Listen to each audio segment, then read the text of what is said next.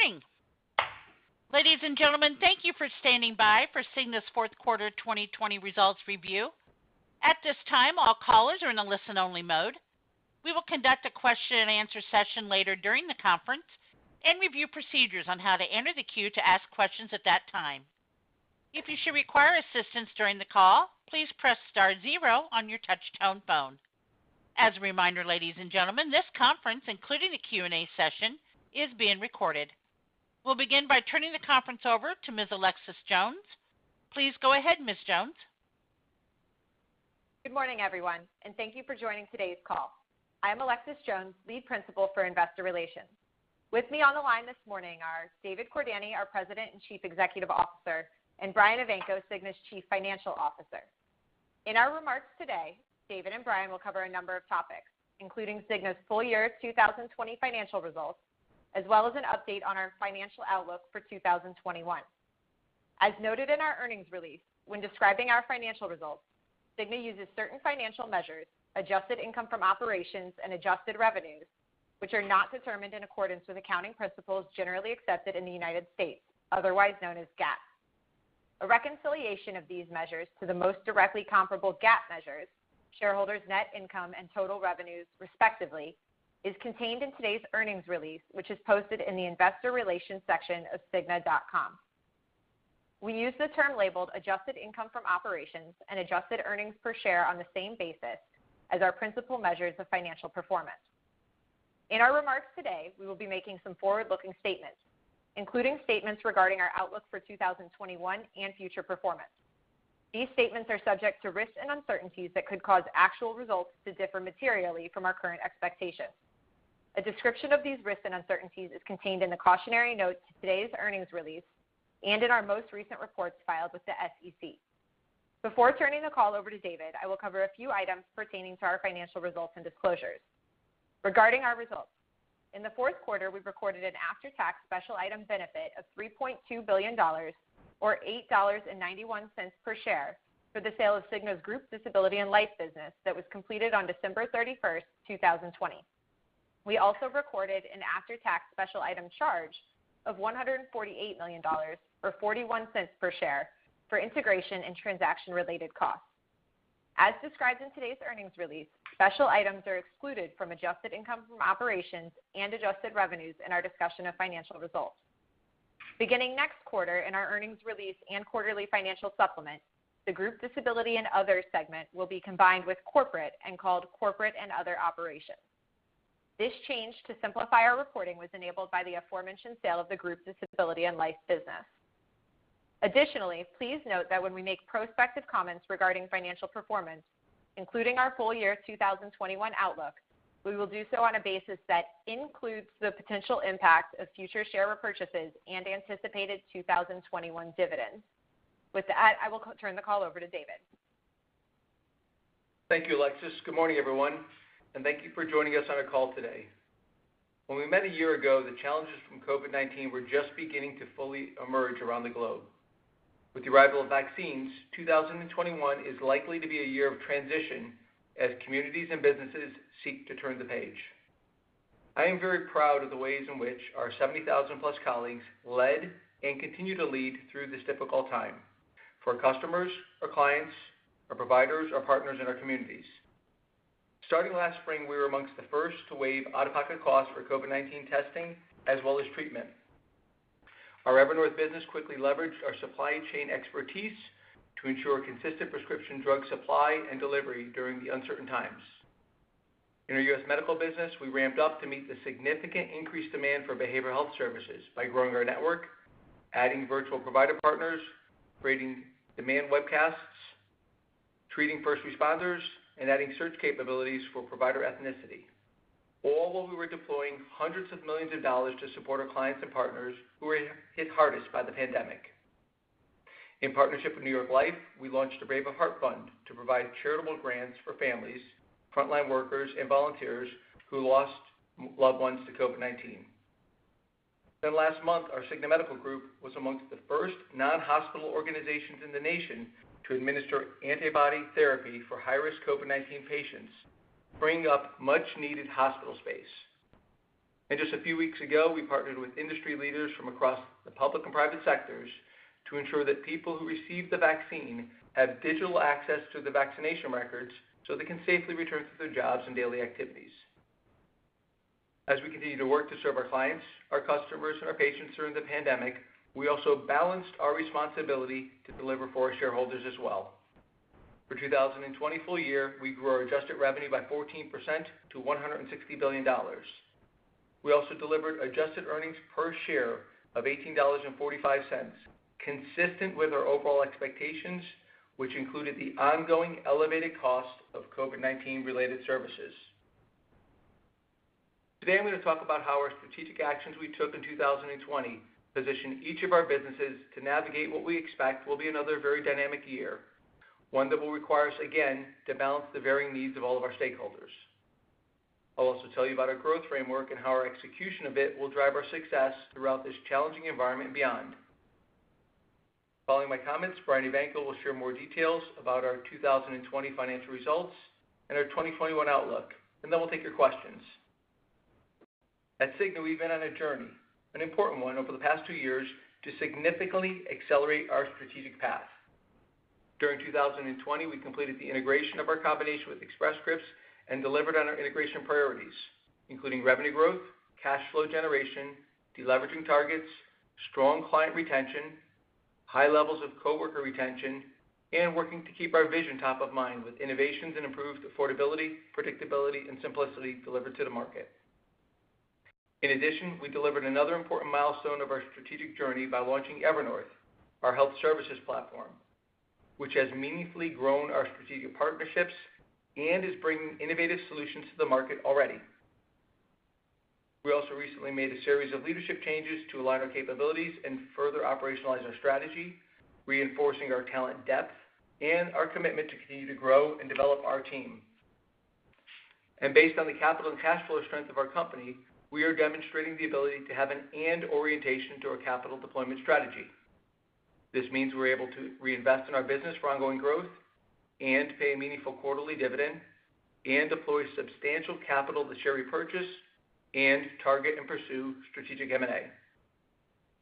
At the same time, we continue to execute effectively across each of our businesses by delivering value to our clients and customers and patients. In Evernorth, our 2020 adjusted revenue increased 20%, driven by ongoing strong retention, the completion of insourcing Cigna volumes, and organic growth, including our partnership with Prime Therapeutics. In U.S. Commercial, our relentless support of our customers and our employer clients and partners throughout the pandemic led to strong client retention levels again in 2020, along with better than expected in-group strength, building a solid foundation that we will carry into 2021. In U.S. Government, we grew our Medicare Advantage customer base by 18%, exceeding our average annual growth target of 10 to 15%. And we expanded our geographic and product footprint to now be making market offerings in 28% of all available Medicare Advantage buyer markets. In addition, 88% of Medicare Advantage and prescription drug plan customers in 2021 are in 4-star plus rated plans with our national weighted average of 4.5 stars, the highest amongst our national competitors. And in our international business, despite navigating the challenges of the ongoing pandemic in multiple countries, we delivered full-year adjusted earnings growth of 18%, fueled by our strong partnerships. Related to Group Disability and Life, which we sold to New York Life on December 31st, I am proud of the way in which our team worked to deliver in a very challenging environment fueled by the pandemic for the benefit of our clients and customers. As a result of the pandemic, it created a significant reduction in our earnings contribution for our business last year. However, we remained focused on serving our clients and customers. Throughout 2021, we expect the macro environment to remain dynamic, which presents both challenges and opportunities for us. Among the challenges, we expect COVID-19 and the rollout of the vaccine to continue to tax an already overburdened healthcare system. And we expect an intensified and much-needed focus on health disparities to continue as well. At the same time, we also see opportunities. They include greater recognition of the importance of the employer-sponsored market, with companies playing an even more critical role in ensuring the well-being of their employees by offering comprehensive medical, pharmacy, and behavioral services. There are also a number of accelerating trends that will further drive fundamental changes in healthcare. For example, pharmacological innovations are quickly becoming the future of healthcare, driven in part by the continued rise in specialty pharmaceuticals, gene therapies, and the evolution of biosimilars. There's also greater recognition and acceptance of the link between mental health and physical health. And we see care access rapidly changing as a result of consumer behavior and technology and data innovation, leading to growing use of virtual visits and coordinated home-based care, all aided by advancements in remote monitoring as well. Against this backdrop, the progress we achieved in 2020, along with the strength of our capabilities, that gives us confidence that we will deliver at least $20 of adjusted earnings per share in 2021, even in the face of the COVID-19 headwinds, primarily in the form of elevated medical costs. Our ability to achieve this level of continued long-term success starts with our growth framework, which is 3 fundamental building blocks. First, we deliver differentiated value in the form of affordable, predictable, simple solutions for our clients, customers, and patients.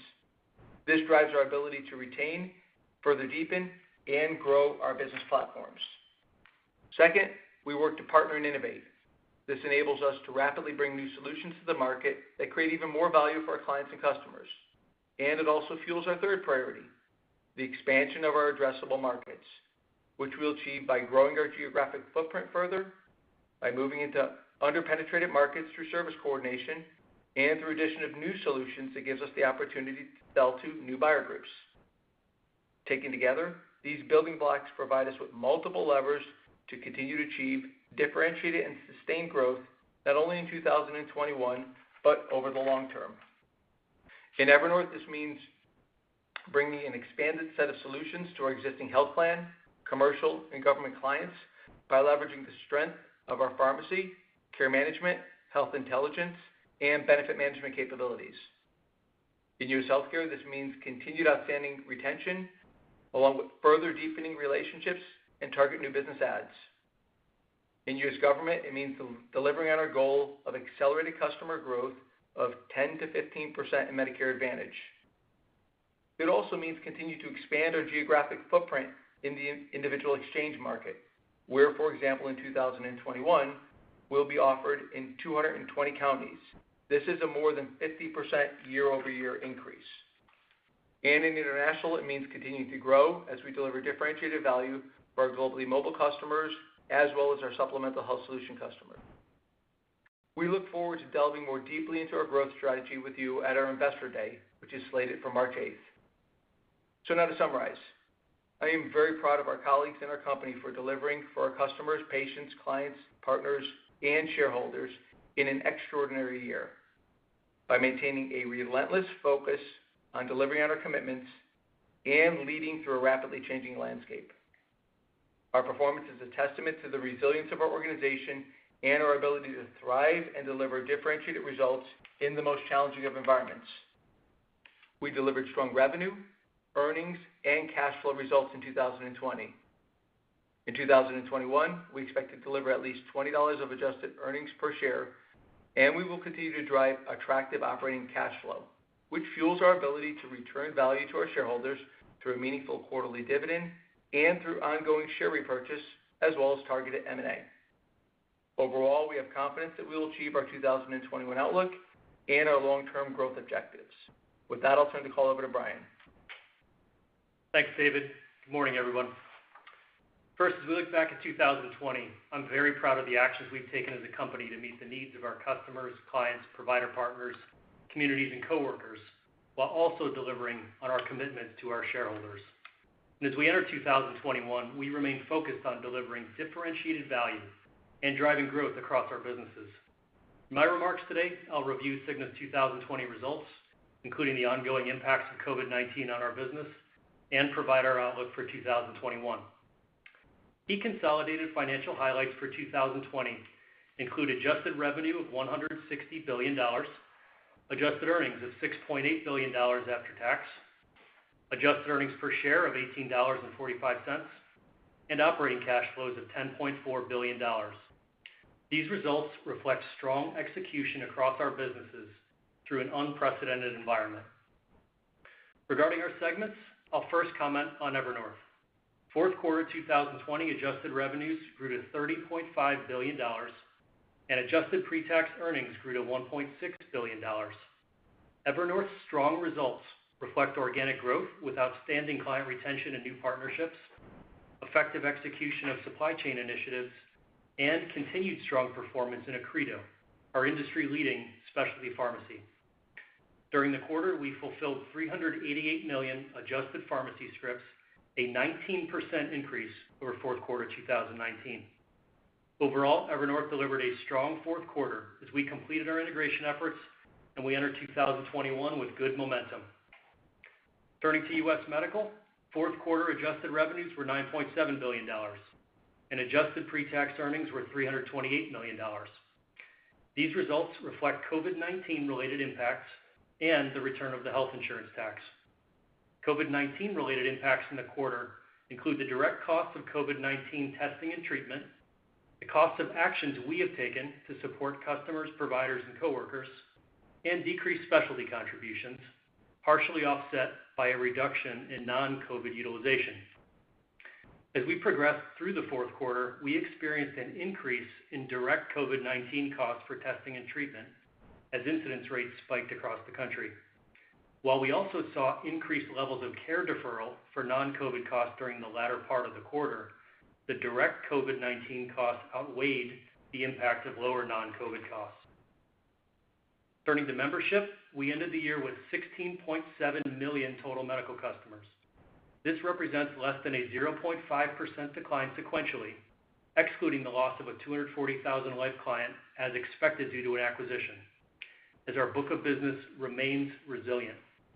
We finished the year with 18% Medicare Advantage customer growth and delivered mid-single digit growth in the select and international segments despite a challenged economic backdrop. Overall, results for Cigna's U.S. Medical segment reflect strong fundamentals and the impact of the increase in direct COVID-19 costs as we progressed through the fourth quarter. In our international markets business, fourth quarter adjusted revenues were $1.5 billion, and adjusted pre-tax earnings were $91 million, reflecting the costs of actions taken to support customers and coworkers and investments in the business for future growth. For our Group Disability and Other Operations segment, fourth quarter adjusted revenues were $1.3 billion. Fourth quarter adjusted pre-tax earnings for this segment were $11 million, reflecting elevated life claims related to the pandemic and unfavorable disability claims. As previously noted, we completed the sale of the Group Disability and Life business to New York Life on December 31st, 2020. For our corporate segment, the fourth quarter adjusted loss of $381 million reflects lower interest expenses due to lower levels of outstanding debt. Overall, Cigna's 2020 results reflect focused execution across each of our businesses through a dynamic environment, as we continue to meet the needs of those we serve while delivering strong financial results. As we turn to 2021, we have entered the year with strength and momentum, driven by our strategic actions in 2020, which David detailed. And we expect the environment in 2021 to continue to be dynamic, presenting both challenges and opportunities for our business. Before going to our detailed outlook, with the sale of our Group Disability and Life business, contributions from Group should be removed for the purposes of year-over-year comparisons. With that, for full year 2021, we expect consolidated adjusted revenues of at least $165 billion, representing growth of approximately $10 billion after adjusting for 2020 Group revenues. We expect full year 2021 consolidated adjusted income from operations to be at least $6.95 billion, or at least $20 per share. This is inclusive of an expected COVID-19 related headwind of approximately $1.25 per share. In 2021, we expect elevated medical costs, including the impact of direct COVID-19 related costs and more normalized non-COVID utilization. And we expect impact of a gradual economic recovery on our customer base in 2021. Given these COVID-19 dynamics, we expect the primary impact to be in our U.S. medical business. Further, we expect the COVID-19 headwind to be more concentrated in the first quarter of the year. And so we would expect the cadence of earnings per share in 2021 to be more weighted to the final 3 quarters of the year. Specifically, we expect approximately 20 to 22% of 2021 earnings per share to emerge in the first quarter of the year. For 2021, we project an expense ratio in the range of 7.5% to 8%, and a consolidated adjusted tax rate in the range of 22.5% to 23.5%. I'll now discuss our 2021 outlook for our segments.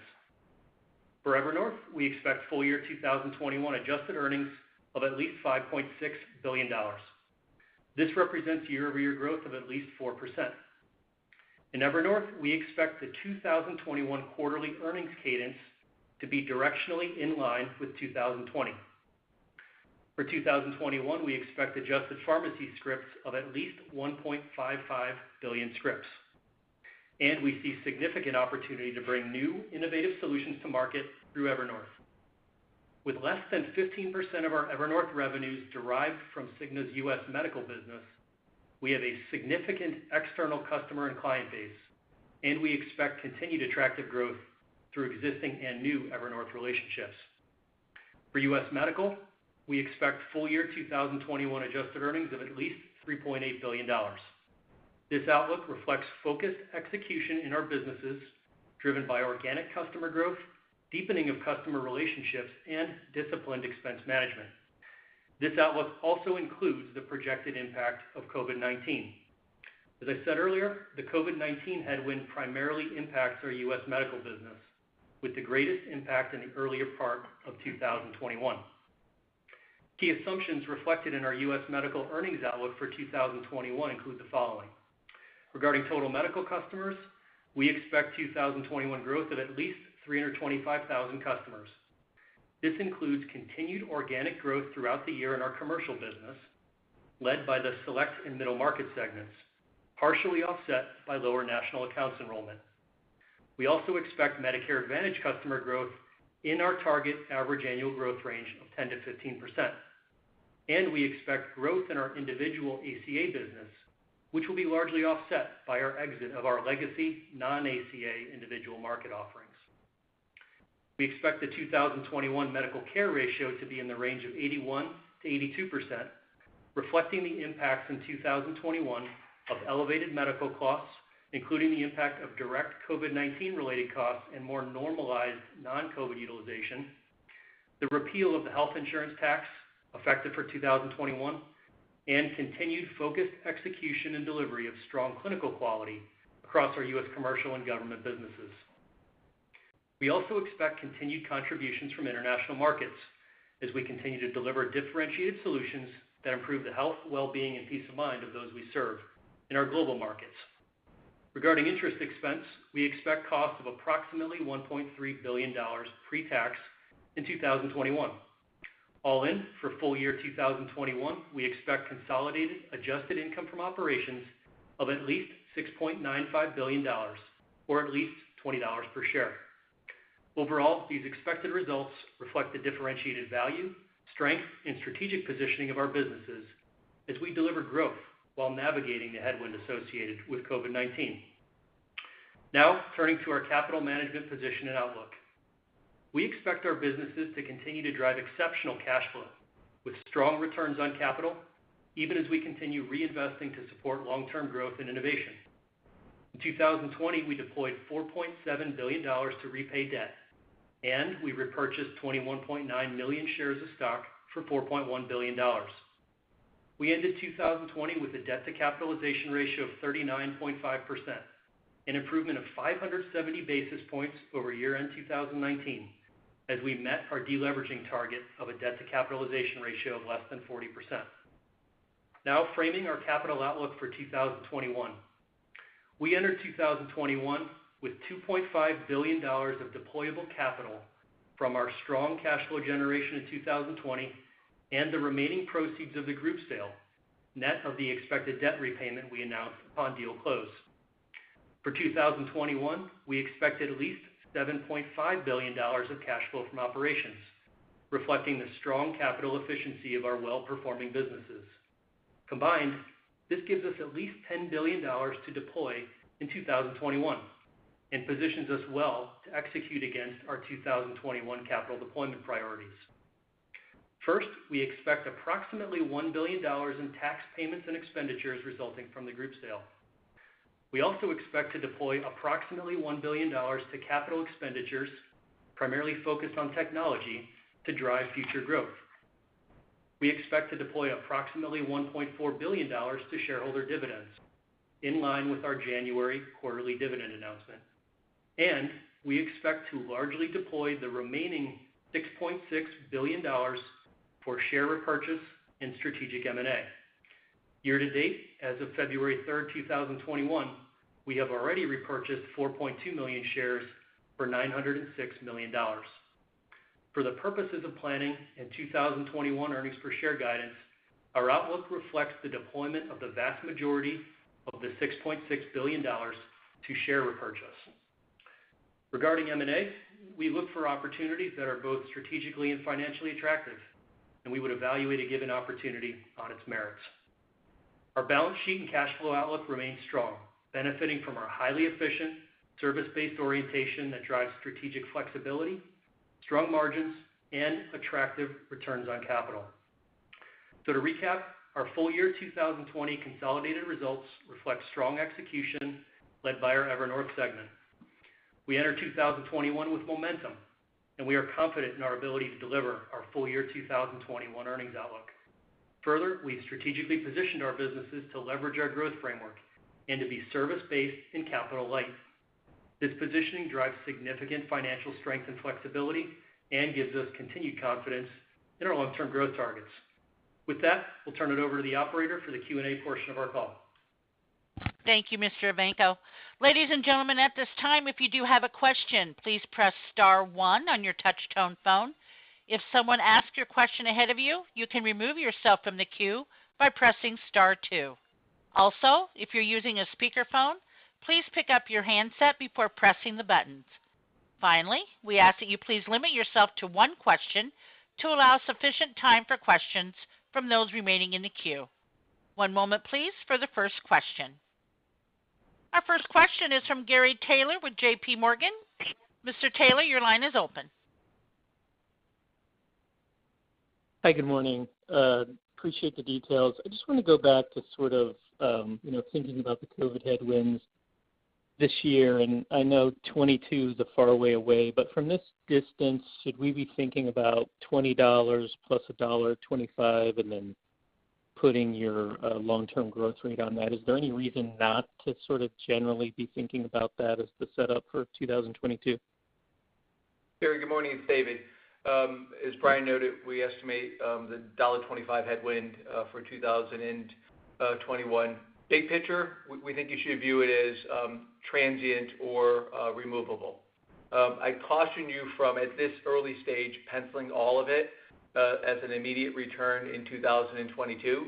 But to be very clear, we do believe it is removable or recoverable from that standpoint through a variety of forces. One, obviously the effectiveness and the ramping of the vaccine that will transpire from that standpoint. Two, further evolution of both programs and services as well as treatments and therapies relative to dealing with COVID. And then third, ultimately, if necessary, pricing actions and activities. So big picture, agree with your conclusion. We just caution you not to harden it fully 100% into a 2022 number yet. Thanks, David. Thank you for your question, Mr. Taylor. Our next question is from Kevin Fischbeck with Bank of America. Your line is open, sir. Okay, great. Thanks. I guess, the dynamic that you saw in Q4 around elevated medical costs kind of more than offsetting the decline in core utilization is a little bit different than what we've seen from other companies, but I guess directionally similar with commentary about the impact to commercial versus Medicare. I guess maybe, since you are kind of more commercially focused, maybe you could help draw a little bit of a distinction between how you expect utilization in the commercial business to rebound in 2021 Is there less pent-up demand than what you might see in the Medicare business, and therefore, commercial gets to more normal more quickly in 2021 than other business lines? Just wanted to hear your thoughts on that, given your performance versus the peers in Q4. Morning, Kevin. It's Brian. So just a few kind of framing comments, and then I'll get to the core of your question. Throughout 2020, as the pandemic emerged, we certainly did witness an inverse relationship between COVID-19 claims and deferred care. And you step back all the way to the second quarter of 2020, the impact of care deferrals more than outweighed the direct costs associated with COVID-19 claims for testing and treatment across both our commercial and Medicare businesses. During the third quarter, these factors approximately offset one another, meaning the cost of COVID claims approximately offset the effect of care deferrals. In the fourth quarter specifically, as the back half of the quarter emerged, we started to see the cost of COVID-19 claims for both testing and treatment start to exceed the benefits we were seeing from increased care deferral activity. And so we ended the quarter with performance of medical costs in aggregate that was modestly above our seasonal baseline. That effect was consistent across both the commercial and the Medicare books of business, although I would note that the commercial care deferrals were lower than the Medicare care deferrals that we saw in the fourth quarter. So that's the way I would encourage you to think about it. And as we roll that forward into 2021, our guidance contemplates the respective books of business in the $1.25 headwind.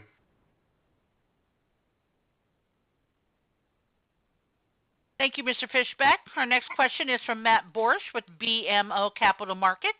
Your line is open, sir. Yes, thank you. Maybe if I could just ask a question on that prior dialogue. So do I have it right that in Medicare, you're actually seeing the direct cost of COVID as higher than the deferral in the fourth quarter? And if so, do you expect that to continue into 2021? Morning, Matt. It's Brian. So yes, you have that right for the fourth quarter. We did see the direct cost of COVID-19 testing and treatment exceed the benefits of care deferral for the quarter in aggregate, with the back half of the quarter where the acceleration really occurred.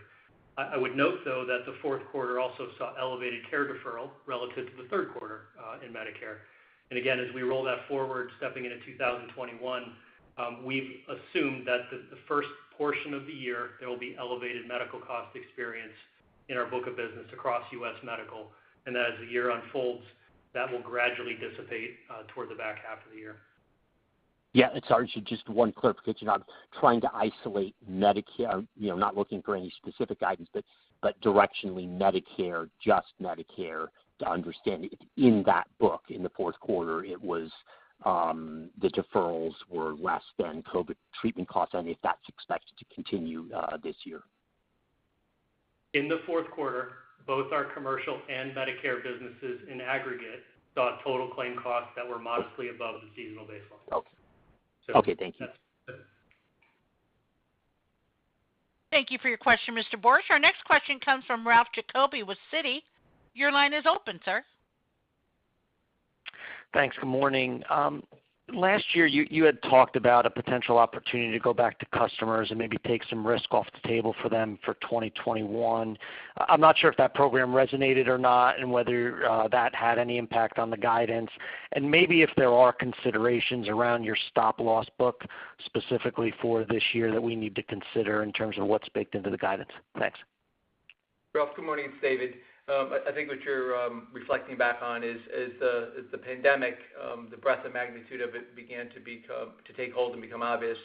We made the decision as an organization that we would seek to return all the favorable economics that were manifested because of COVID disruption to clients, customers, patients, our provider partners, and our coworkers. So you're reflecting back to that.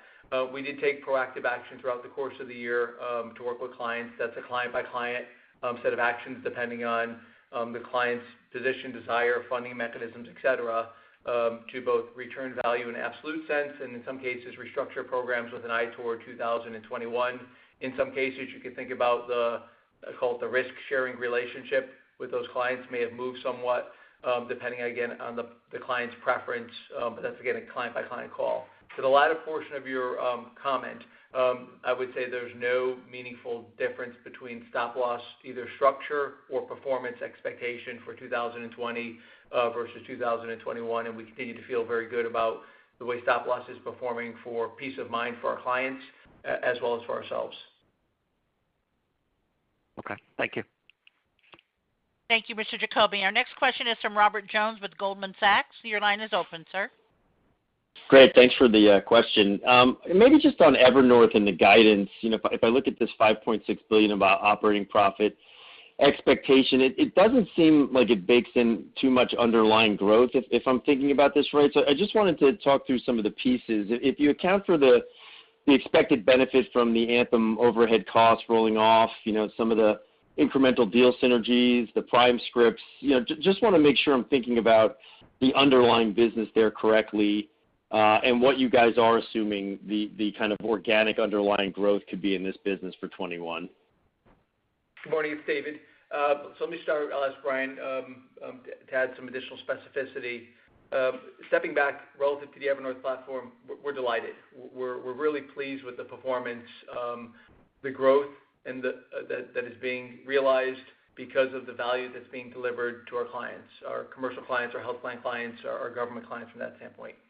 Two is, to put a pin in it, specifically relative to stranded overhead, we were able to more rapidly accelerate the extraction of the stranded overhead, largely because of executing our efficiency initiatives, but also the significant growth.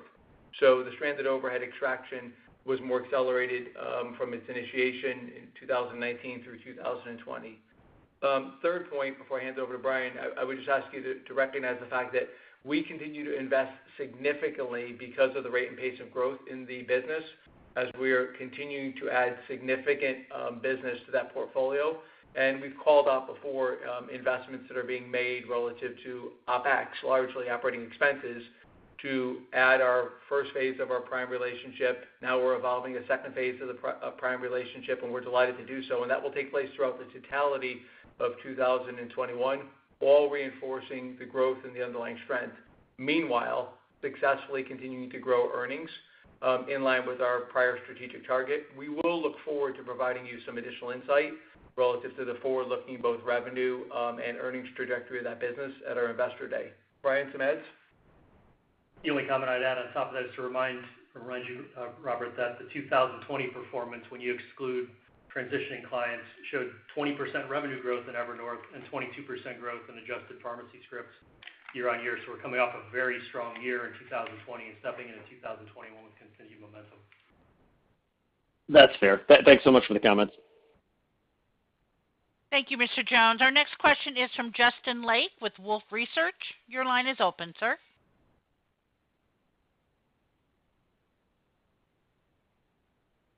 Mr. Lake, are you on mute?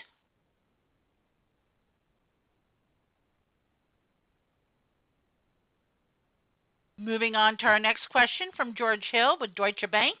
Your line is open, sir. Yeah, good morning, guys, and thanks for taking the question. I guess as we think about the $1.25 headwind for calendar 21, are you able to give us an order of magnitude on what is the gross impact of the COVID headwind versus the gross impact of the expectation for reduced medical claims and reduced medical costs? That would be helpful. Thank you. Morning, George. It's Brian. So I appreciate the question and the nature of the way you structured it. I'm going to approach it maybe a little bit differently, but hopefully this will get at what you're looking for here. As we dimensioned the $1.25, I would encourage you to think about it in three broad categories. The first one being the impact of elevated COVID-19 testing, treatment, and vaccination costs, as well as some of the pressure we anticipate on our revenue, for example, in our Medicare business. I would size that at about half of the $1.25 impact as it relates to the 2021 effect on our U.S. medical book. And you'll see that primarily in the medical care ratio or the MCR. The second component that's sizable is in customer volumes. Again, specifically in our U.S. medical business, we would expect about 35 to 40% or so of that $1.25 to show up in the form of lower volumes due to the ongoing economic pressures associated with the pandemic. And then the balance is smaller components that'll show up in different parts of the company. Okay, and maybe if a quick follow-up, is there any impact expected to the Evernorth segment? The Evernorth impact is quite modest, and I would characterize it as immaterial relative to the size of that business. Very helpful. Thank you. Thank you, Mr. Hill. Our next question is from Ricky Goldwasser with Morgan Stanley. Your line is open.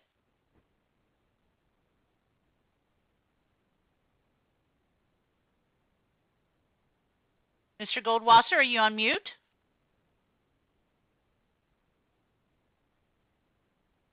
Moving on to our next question from A.J. Rice with Credit Suisse. Your line is open, sir. Thanks. Hi, everybody. Just to ask about Evernorth, two aspects there.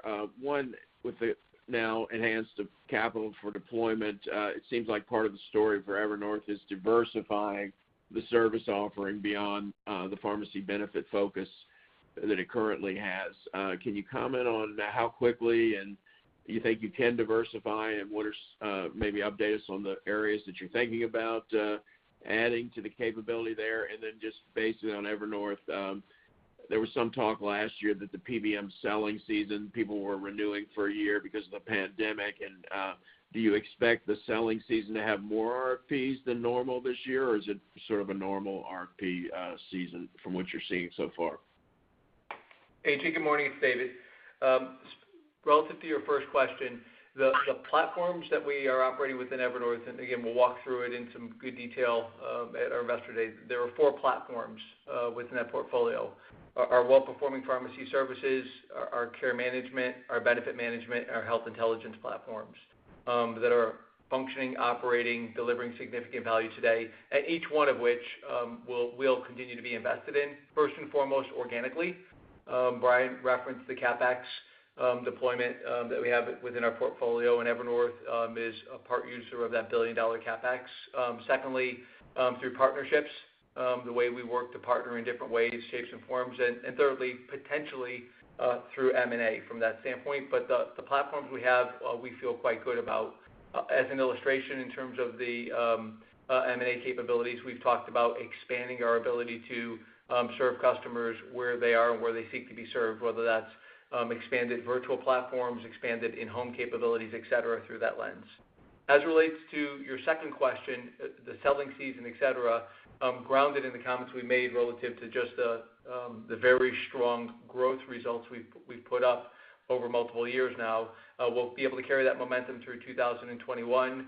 We're pretty thick into the 2022 selling season right now. The health plan season is far along. The large commercial season is meaningfully along, and we'll call it the middle market consortium selling season is in the early stages. As of right now, we know we have 2 health plan losses for 2022. We've had essentially 99% plus retention up until that point for our health plan business, and we would like to retain every client every day, and we know that that's not possible, but we have 2 known losses that have been written about in the marketplace. Notwithstanding that, we have visibility to meaningful new business adds from the 2022 selling season, and we'll be able to continue to build on the momentum we posted for 2019 and 2020. Okay, thanks. Thank you, Mr. Rice. Our next question is from Dave Windley with Jefferies. Your line is open, sir. Hi, good morning. I'm hoping to hear, David, how central and important telemedicine is to Cigna and Cigna's strategy, thinking about how are you baking that into product design, how are you thinking about extended higher reimbursement, deferral of patient copay, and does like remote passive digital monitoring of high-risk patients fold into that picture? I'd just love to hear you talk about how central that is and how much, say, Cigna is pushing that as opposed to waiting on customers to pull that from you. So good morning. It's interesting the way you end it in terms of push-pull. We've talked before around our orientation as being, we think about ourselves as a consultative solution provider. So I pause a little bit on the push side of the equation, but stepping back, your framing, I think, is quite healthy. As I noted in my prepared remarks, we see the change in which care will be accessed and coordinated as one of the 3 defining trends over the decade in front of us. and we see significant opportunity, to be clear. So let me repeat that. We see significant opportunity to deliver more value, more choice, more simplicity with appropriate coordination back to customers and patients through effective use of virtual programs. This is well beyond telemedicine. It's well beyond urgent care triaging. There's longitudinal nature that is attached to that. It is aided by remote monitoring. It is aided by a coordinated system to make that longitudinal delivery work. We see this transcending from healthcare through behavioral health to coordinated healthcare and behavioral health services from that standpoint, and we see it as a significant opportunity. I'd also note that we've been mindful in terms of the positioning of the corporation, whereby we see that as not only a significant opportunity in the market, but for us, because we've sought not to be positioned in, we'll call it bricks and mortar delivery or fixed delivery infrastructure, but having the flexibility to have the variable delivery infrastructure that is aided for clients. And then lastly, we do see your point. You have the ability to design benefits. You can have a virtual primary benefit structure that are being tested in the marketplace today, and you can push that. You can put that in the push category, but it's a choice that you would offer, and we've already seen some positive markers. So a significant opportunity. Our company is positioned to pursue it, and you should expect us to spotlight this in a little bit more detail on March 8th. Great, thank you. Thank you, Mr. Windley. Our next question is from Justin Lake with Wolfe Research. Your line is open, sir. Thanks. Can you hear me this time? Yes, we can, Justin. Sorry about that. Thanks. So a couple quick numbers questions. One, the Evernorth revenues were materially higher than at least I was modeling, yet it didn't seem to flow through to the bottom line in terms of earnings, which were more in line. So curious there if there's anything I'm missing. And then on the exchange business, can you give us an update? There's a lot of competition there. I know you're rolling into a bunch of new markets. Can you share with us how much new membership you expect to have there and any kind of margin impact kind of versus typical targets that we should think about for 21? Thanks. Morning, Justin. It's Brian. I'll take the first part of your question, then David will comment on the individual exchange part.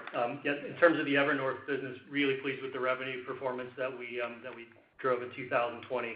And your comment about the relationship to the earnings, a couple of things I would keep in mind there.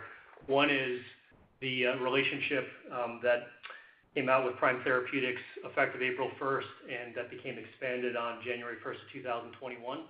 When we onboard any new client, there's a level of startup cost associated with that as we think about bringing on new headcount to make sure that we're ramped up for the volumes that will come. So we had a little bit of expense related to the startup associated with our relationship with Prime Therapeutics in 2020. Additionally, the Cigna U.S. medical insourcing, which is now complete, brought revenue but de minimis earnings contribution in 2020 to Evernorth. So those are really the two dynamics that caused a little bit of the revenue versus earnings growth difference that you cited. David, anything you want to call out relative to the individual business? Sure. Justin, good morning. Relative to the business, first, we're pleased with the performance that we're stepping into 2021 with relative to that portfolio. As I noted in our prepared remarks, we're expanding the counties we're participating in by about 50%.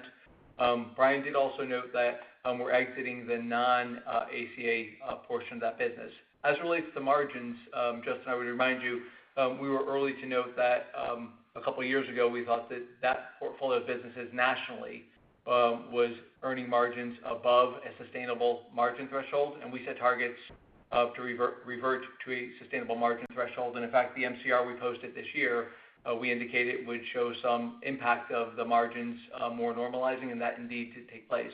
As it relates to the 2021 and our early look at beyond positioning, we think that our margin targets are sustainable given our provider relationships and our service proposition, and we look to grow that portfolio. Thank you, Mr. Lake. Our next question is from Steven Valiquette with Barclays. Your line is open. Great, thanks. Good morning. So, as we think about the commercial membership outlook, you mentioned you expect continued organic growth throughout the year in overall commercial membership. Curious if we can read into that, maybe that Cigna is perhaps already troughed on the quarterly progression of commercial enrollment as relates to COVID impact, economic impact, et cetera. And then just within that, with national accounts expected to be down a little bit, any sense on when we may see the trough on that, whether it's early in the year or late in the year in 2021? Thanks. morning. It's David. I think you've identified several important features there. So as it relates to commercial customers for 2021, as expected, we expected to step into 2021 with about the number of customers we would end 2020 with. As it relates to the year's pattern, I'd ask you to think about it as follows. First, we expect the ongoing COVID impact to disenrollment to continue to have pressure on customers throughout the first half of our customer number throughout the first half of 2021. Second, as typically takes place in the national account segment, there's some non-COVID related disenrollment that happens historically in that business because most of the selling takes place during the first portion of the year. Offsetting that is continued growth and strength in the select segment that has a very active selling season throughout the course of the year, as well as some known, we'll call it middle market new business adds that will take place during the middle portion of the year. Now, as it relates to looking forward, you asked the final part of your question relative to the trough and national accounts. Our early look at 2022 is we would expect a very attractive retention number at this point for our U.S. medical national account relationships, as well as the selling season has been pretty active right now for us. The RFP volume is up. The quality of the RFP volume is high. We have some new business opportunities wins that we have on board already, and we're in active pursuit. So we have a level of optimism relative to the outlook for that segment for January 2022. Hope that helps, Steve. Yep, that's great. Thanks. Thank you, Mr. Valiquette. Our next question is from Ricky Goldwasser with Morgan Stanley. Your line is open.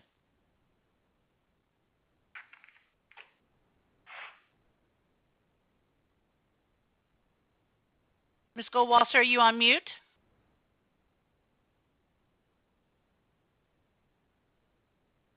Moving on to our next question from Josh Raskin with Nephron Research. Your line is open. Hi, thanks. Good morning. Congrats to Eric and Brian and the rest of the team on the new roles. So our question here is more around Cigna was relatively early in sort of that development of an ACO strategy. It seems like the market's certainly been catching up quickly. So I was wondering if you could speak to your efforts around engaging providers, especially primary care physicians, and maybe perhaps how that approach differs in your Medicare book versus your commercial book. Good morning, Josh. So relative to the ACO strategy, I think it's a broad definition of what the market calls value-based relationships. And you're correct. We had an early start and a lot of passion and drive and therefore strategic direction relative to it.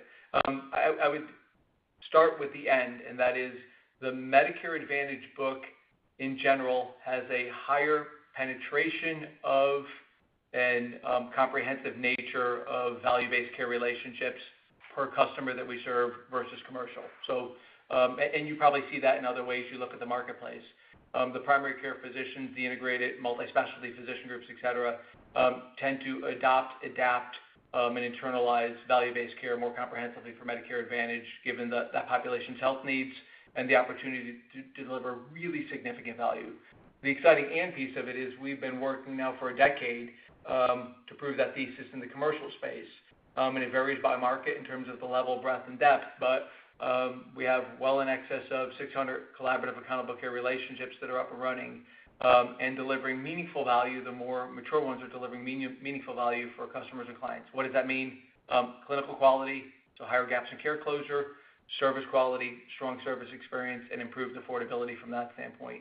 And then the last comment I would add here is the market is always dynamic, but one of the impacts of COVID-19 is it jars everybody and every norm. And as it relates to value-based care, it puts a spotlight back on value-based care that shared risk and shared performance relationships now may look a little bit more palatable to some that may have not viewed it in the past and were more wed to a fee-for-service model. So we see an opportunity to further expand and deepen some of those relationships, both in commercial specifically, but as well as in some of the Medicare Advantage opportunities.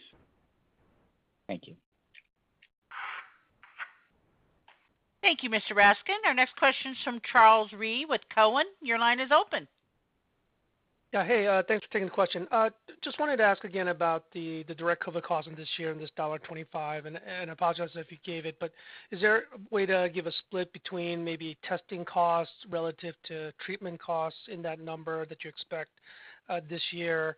And, I think there's been some talk about potential for changing rules where plans would be required to cover additional testing costs, like about return to work kind of cost that I don't think plans are currently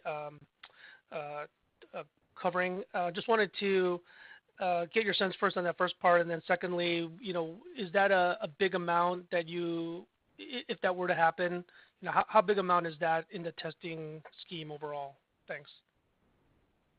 Morning, Charles. It's Brian. So in terms of the first part of your question there, dimensioning the testing versus the treatment, we've gone through extensive modeling, as you might imagine, to project what we think is going to transpire in 2021, which led us to the $1.25 COVID impact that I described earlier. And as I went through to a previous question, we expect about half of that to come through in the form of elevated claim costs and/or revenue pressure in our U.S. medical MCR book. So I'm not going to split apart each of the different components in that for you, but just rest assured we've got a variety of projections that underlie that. So, David, maybe you want to comment on the effects of Sure. So relative to the testing, as we stand today, first and foremost, the industry, broadly speaking, stepped in early, clear, and aggressively in support of clients and patients relative to testing initially, as well as evolving thought process and procedures relative to treatment. As it relates to what I would describe as ACMED, or worksite support, the posture has been thus far and good collaboration with HHS and administration staff that is outside of what an insurance or a service relationship should be. To the extent it's revisited, it will be revisited dynamically, but that's typically carried by the employer through an ACMED relationship or otherwise. I'd also remind you that 85% of our commercial business is self-funded. So we act as a fiduciary. And in cases where individual employers want assistance relative to that, we're proactively supporting through that lens. But we do not see that as either A, likely in the immediate future, even relative to engagement on these topics this week, or B, a needle mover for us given the makeup of our portfolio of businesses. Great. Thank you. Thank you, Mr. Rhee. Our next question is from Lance Wilkes with Bernstein. Your line is open. Yeah. Good morning, Brian and David. So let me just follow up a little bit on the strategic capital deployment. And if you could just talk to maybe two dimensions on that, appreciate your earlier comments. As you were talking about bricks and mortar being of less interest and specifying some of the areas in virtual home and remote monitoring, et cetera, that were of interest, if maybe you could just call out the distinction. Maybe I'm putting too much emphasis on physician practices being bricks and mortar and excluding them as an area of focus. And then similarly, if it's in Evernorth, will it be more focused on providing these services to employers and health plans, or how much of the focus is providing these services to risk-bearing primary care or other value-based care sorts of companies? Thank you. Hey, Lance. Good morning. It's David. I'll start with the latter portion of your question first. So as we evolve our capabilities, both the present state, but evolve our capabilities, you should think about, in general, all that happens within Evernorth. And it happens within Evernorth as it relates to a platform of services to serve health plans, to serve corporate clients, to serve governmental agencies, and to offer services to, as you articulated, risk-bearing or performance-based healthcare delivery systems. And you should think about Cigna's U.S. medical portfolio as a consumer of those services. Now, clearly an important development partner, but a consumer of those services as another client of Evernorth. As relates to the first portion of your question, I think your basic framing of it is right. And so if we just reiterate it and step it up a notch, our view is that the U.S. is not in need of more physical proximity and physical plant to serve the population in general, especially in urban and suburban areas. We obviously have additional need states relative to rural areas from that standpoint. Secondly, the consumer behavior in a variety of areas, including healthcare, has reinforced a desire, not an acceptance, but a desire for bringing care and services to me in a real-time basis, in a highly personalized basis, therefore virtual care coordination. And obviously that's augmented with clinical staff, but it's bringing the service to the individual in an immediate real-time basis so long as it can be longitudinally managed and coordinated effectively. And then the last point I want to be really clear on, our view of it is as a complementary aspect to the care delivery system, not as a disintermediation play, but as a complementary aspect, because to make it work properly, it needs to be connected back into the healthcare delivery system. And we have many examples of it working today in our approach to virtual, both for medical as well as behavioral health. We just see the ability to ramp it significantly given both the demand and the acceptance and then the tool availability. Okay, thanks. Thank you, Mr. Wilkes. Our last question will come from Scott Fidel with Stephens. Your line is open, sir. Okay, thanks.